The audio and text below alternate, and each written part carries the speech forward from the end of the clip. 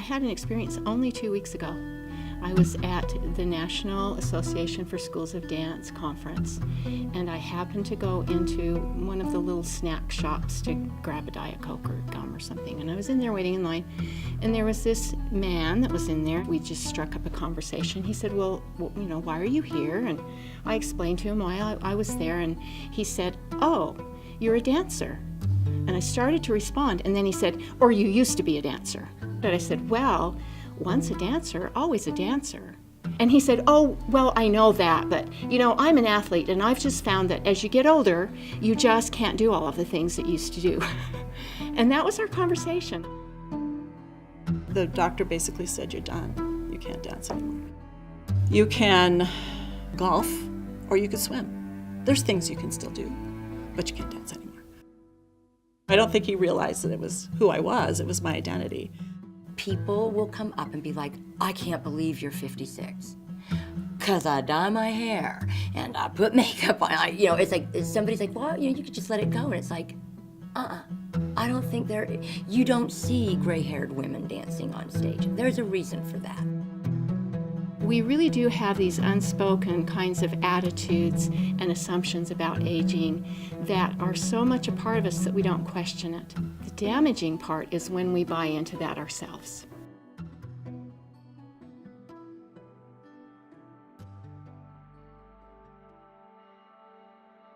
Aging is an invisible phenomenon that everyone goes through. We all age, we all get old, and yet we don't see it oftentimes when it's right before us in someone else and the kinds of struggles that they're experiencing with it.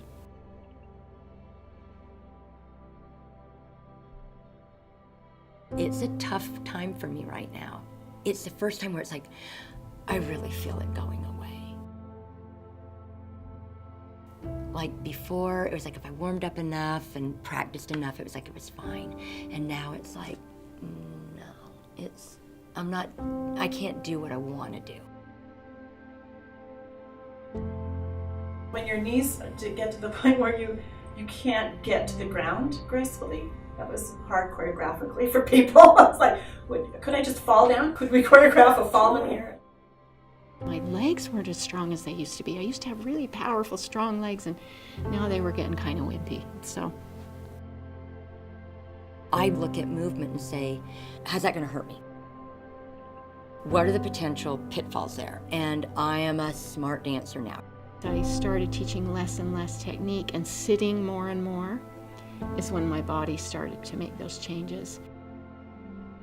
I can't take 12 experiences to figure it out, because by the end of 12 of them, I will have hurt my knee, or my back will be out, or I'll be too tired. So it's like, no, I got to really get this thing now. I always envisioned myself as a mover. I always thought that I was a dancer. I always thought I was in great shape. And I had an aha moment a few years ago where I thought, you can barely walk. You don't even go out and go for walks because you hurt so much. You're not in great shape. I think as dancers, we are so aware of our bodies as our instruments of expression, and when those bodies start to age, it is not fun. I was very caught up as a young person, and I think young people do. They get very caught up in the technique and how high, how fast, how far, all that kind of stuff. I'm not interested in that anymore. It's like, oh, you little girl, you're picking him up.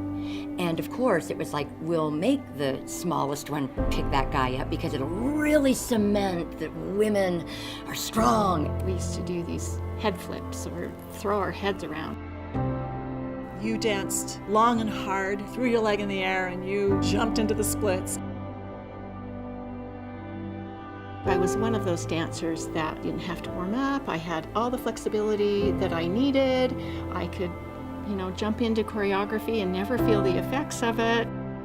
I don't think that we necessarily knew any better. I had gone to a physical therapist, and the guy's like, what are you doing? Because you got some weird things going on in the body. And he's like, well, I picked up this man, and we're doing this. And he's like, how big's that guy? And he's like, well, you're not really picking him up. What you're doing is locking your bones and you're holding him. And he's like, and your bones are basically pressing on each other. And he's like, that's why you're hurt. I am dealing with some degenerative conditions in my discs and my neck that I'm just sure are directly related to some of the choreography that I used to do. And I'm not the only one that's experiencing that. I have peers with me and they have neck issues as well. There was no room for a woman who said, I can do these kinds of things, but I can't do that. The thing I've been impressed, though, about dancers today is they do take care of themselves, and they have a lot of options on how to do that. I think maybe that's one reason why I'm passionate about teaching students about correct practice and correct anatomy and function of the body so that hopefully they can avoid some of those things. I have been able to recover from all of that, and I am now one of those old people that's playing pickleball, and it has given me my physical life back. And I'm not joking about that. I thought it was gone. I really had no connection to my physical side anymore. And now playing pickleball, I can do deep knee bends again. I can do the grand plie, and I love it. And it's given me the courage to think, okay, maybe I can put my toe back in a limited kind of way and find maybe a little bit of a dance life before I really call it quits. I do see beautiful aging dancers who dance well into their 60s and 70s, and I think if you can take care of your body, you can dance as long as you want. I don't think that I'm going to be, removed from performing, but the opportunities are becoming farther and farther and farther away. If you start dancing when you're 3 or 4 and you think you're going to be a dancer, that's your identity. So to lose that as a performer was really, really hard. I really believe that age is so relative to your attitude about it, and I know that that's an easy thing to say. It's not always an easy thing to live. I don't know if there's going to be a period where we embrace the older dancer. Like, some people are going to be on this stage and they're 20 years younger than me and they're going to look really good, and I'm going to be next to them like, oh, there's that old lady. I will not go on stage and look bad. I will not go on stage and look untrained. I will not go on stage and have people say, oh, she used to be. Oh, I just won't do it. I won't do that. So it's been a real challenge to get that to deal with that. That's a process, I think, that happens in aging. It's just that loss of confidence in yourself. I have gotten so that I'm not as interested in some of what's going on right now. It's kind of maybe bored me, or I feel like there needs to be something new to engage my interest. I think as I shifted into an education focus and shifted into working with children, I started realizing that I'm much more interested in dance that involves all ages of people, all abilities of people, not the elitist idea.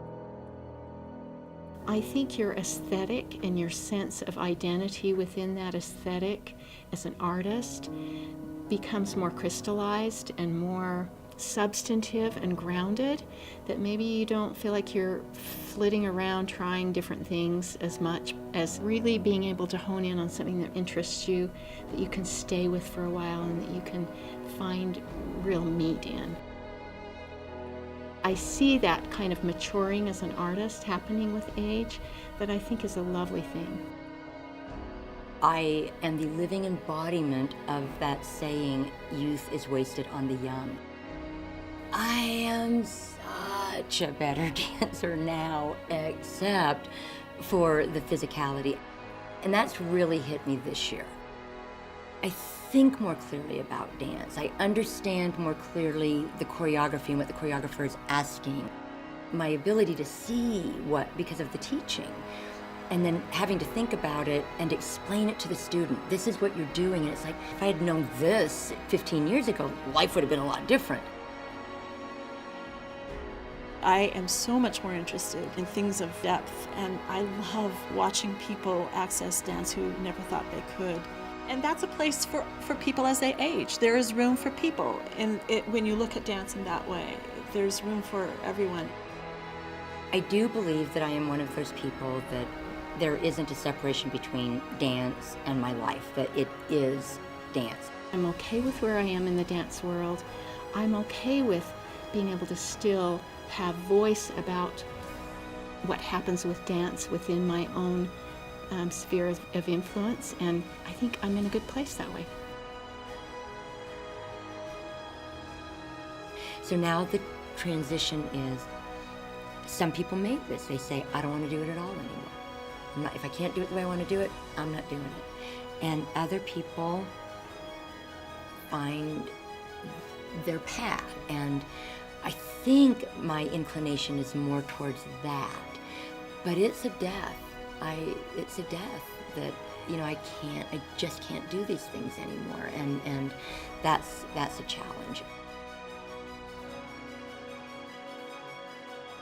What I would like to do, as my life gives me a little more time from what I'm doing right now, I would really like to work with anybody who is interested in journaling and remembering and making dance from those interior memories that you have.